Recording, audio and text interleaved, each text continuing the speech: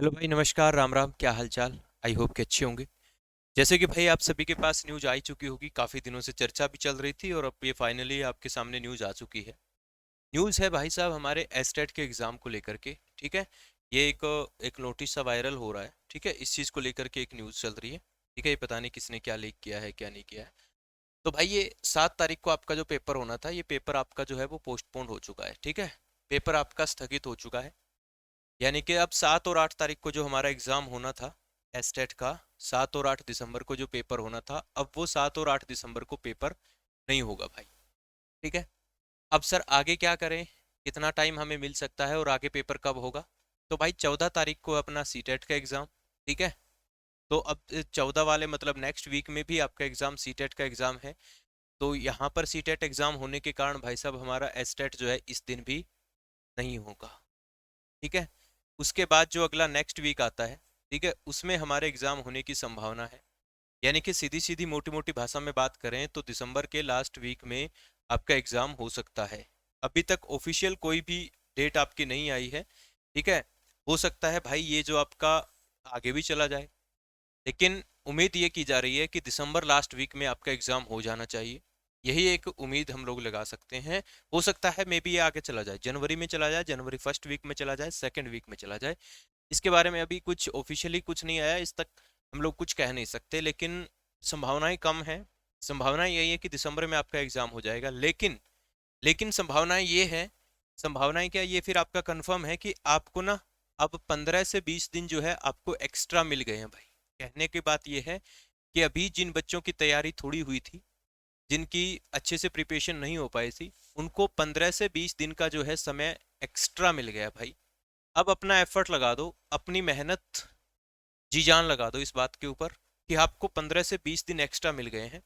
इन 15 से 20 दिन में जो चीज़ आपकी कमज़ोर रह रही थी, जैसे कुछ बच्चों का अगर हो सकता है आपका मैथ कमज़ोर रह रहा था, तो अब इन 15 से 20 दिन में जो चीज़ आपको लग रही थी ना, जिस चीज़ को लेकर के आपको हेडेक हो रखा था, जिस चीज़ को लेकर के आपको टेंशन हो रही थी, वो चीज़ आपके लिए अब 15 20 दिन का एक्स्ट्रा टाइम मिलने के कारण आपको ये चीज़ में बेनिफिट हुआ है। मतलब कहीं ना कहीं नुकसान किसी भी बच्चे का नहीं हुआ है।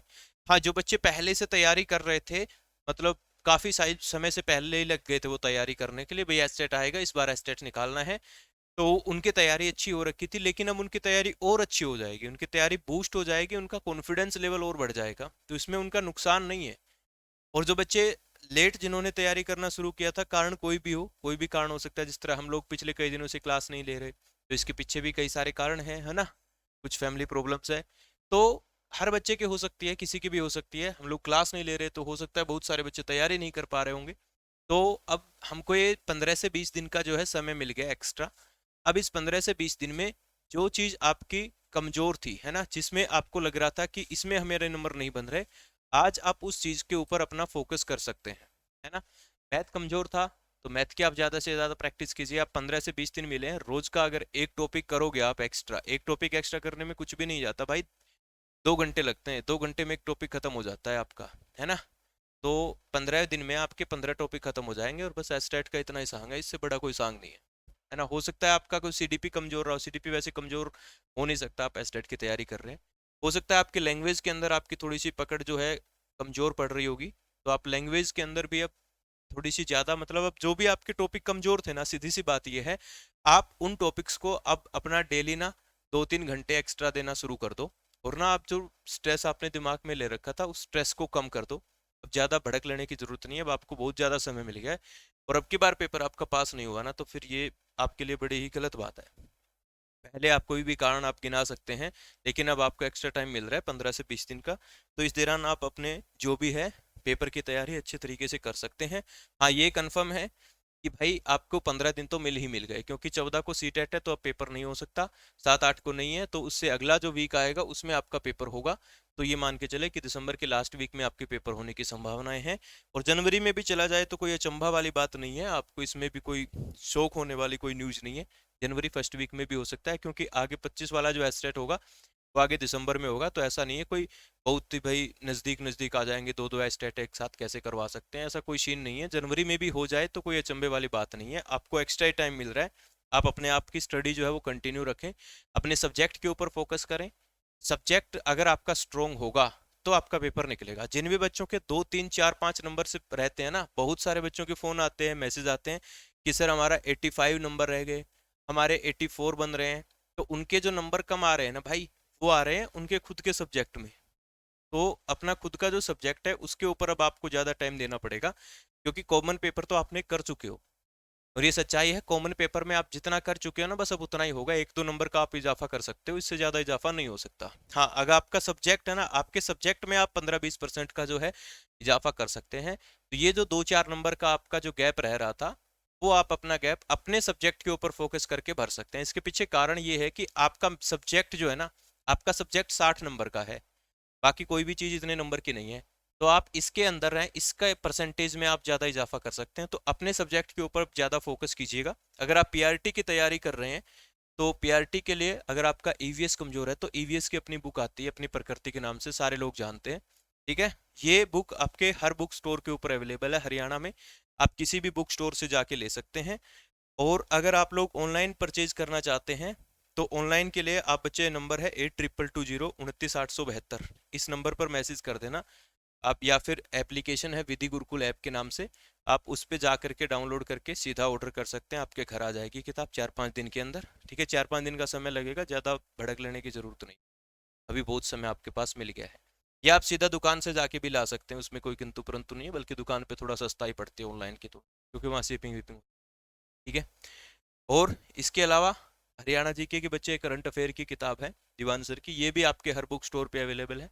ये भी आप कहीं से भी जा करके ले सकते हैं, अगर आप हरियाणा जीके आपकी कमजोर है। एक बार फिर मैं आपको यही बात कहना चाहूंगा भाई, कि ना अभी आप अपने सब्जेक्ट के ऊपर फोकस करो, ज़्यादा कुछ भी भड़क लेने की जरूरत नहीं है। अपना जो सब्जेक्ट था, क्योंकि आप जितना इंप्रूवमेंट अपने सब्जेक्ट में कर सकते हैं ना, इतना इंप्रूवमेंट आप कॉमन पेपर में नहीं कर सकते। क्योंकि कॉमन पेपर में आपका जितना लेवल बन चुका था, या जितना बनना था उतना बन चुका है। ऐसा नहीं कि इसमें कर ही नहीं सकते, बिल्कुल भी नहीं कर सकते, लेकिन संभावनाएं कम है। इसके अंदर आप 4-5%, ज़्यादा से ज़्यादा 10% का इजाफा कर सकते हैं, इससे ज़्यादा आप इसके अंदर नहीं कर सकते। अपने सब्जेक्ट में आप अगर ज़्यादा 15-20 दिन का ज़्यादा समय देते हैं, तो अपने सब्जेक्ट में आप अपने सब्जेक्ट को ज़्यादा मजबूत बना सकते हैं as compare to common paper. Common paper में आपका जितना तैयारी होनी चाहिए थी, कॉमन पेपर में मोस्टली बच्चों के 50 से 60 नंबर बन जाते हैं, है ना, इसमें कोई किंतु परंतु नहीं है। आप इसमें ज़्यादा अगर मेहनत करोगे, तो इसके अंदर ज़्यादा मेहनत करके आप 65 नंबर बना सकते हैं।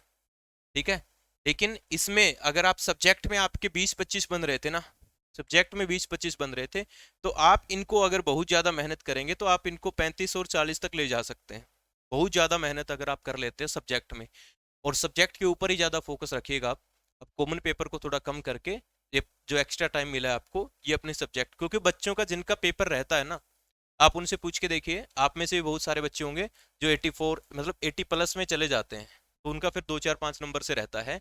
तो उनका जो पेपर रहता है ना, उसके अंदर सबसे बड़ा उनका कारण आप पूछोगे ना, तो उसका सबसे बड़ा कारण आपको सब्जेक्ट मिलेगा। जिस तरह पीआरटी वाले बच्चे हैं, पीआरटी वाले बच्चों के लिए मैथ सबसे बड़ा कारण बन जाता है ना, मैथ और ईवीएस, क्योंकि उनके अंदर दो सब्जेक्ट, अपने सब्जेक्ट में दो सब्जेक्ट होते हैं, मैथ और ईवीएस।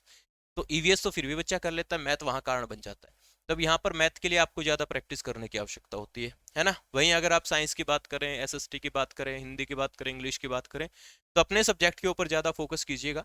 अपने सब्जेक्ट की पेडागोजी थोड़ी सी देख लीजिएगा, उसको भी थोड़ा टाइम दीजिएगा। हो सकता है पेपर में पेडागोजी के सवाल भी आ जाएं, क्योंकि सिलेबस में तो दे रखा है, तो उसको भी थोड़ा देखिएगा।